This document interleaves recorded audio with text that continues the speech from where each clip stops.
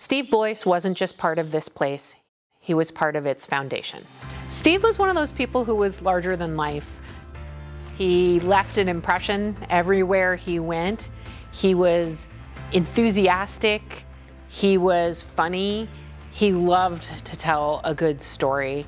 He was on the Crestview Mutual Water Company board, he was on our board, and he was on the Metropolitan board. So he had touched water at a lot of different levels. He had touched infrastructure in a lot of different ways. He brought over all that experience, and that experience is still something that is useful to us to this day. We learned a lot of things from him on how to get these contracts moving, the right way to do things, the right questions to ask. I'd follow him around at every conference. I'd follow him around at every event that we were at. He would just say, pick a table where you know nobody.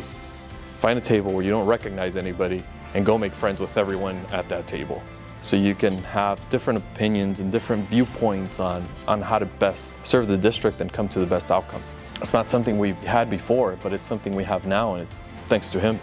We had a meeting scheduled here at this facility when it was under construction, and it absolutely poured rain. And we were walking around in mud that was probably up to my knees, if not higher, and he couldn't have been happier. The day they set these giant generators in place, kind of magical almost, to see a concept, an idea, become a physical reality. And that's what I've always loved about construction projects in general, and I suspect that's what Steve loved about them as well. Some people leave a mark. Steve Blois built one. The design and construction of this facility was performed during Director Blois's tenure on the board of directors. It was built over a period of about 3 years, from late 2017 into late 2020. The emergency generator facility allows Cayugas to pump the wells even when there is a loss of utility power.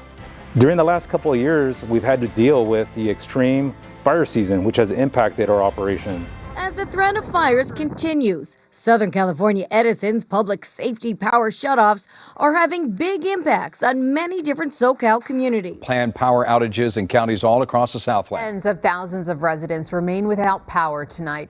With public safety power shutoffs by Southern California Edison to reduce the risk of igniting fires, we deprive critical facilities like the well field of the utility power that they need to operate. In January of 2025, when Southern California was experiencing exceedingly high winds and dry conditions, when the Eaton and the Palisades fires were raging, we operated for nearly a week with no utility power so that we could continue to meet the demands of our customers. Whether that's a natural disaster or a drought, this facility helps shore up the supplies we have stored so that we can be prepared for whatever the future brings us. There's some sayings in infrastructure about if anybody notices what's going on, you're doing it wrong. The best legacy that this project can have in many ways is its invisibility, because it keeps everything normal when probably nothing is normal at all.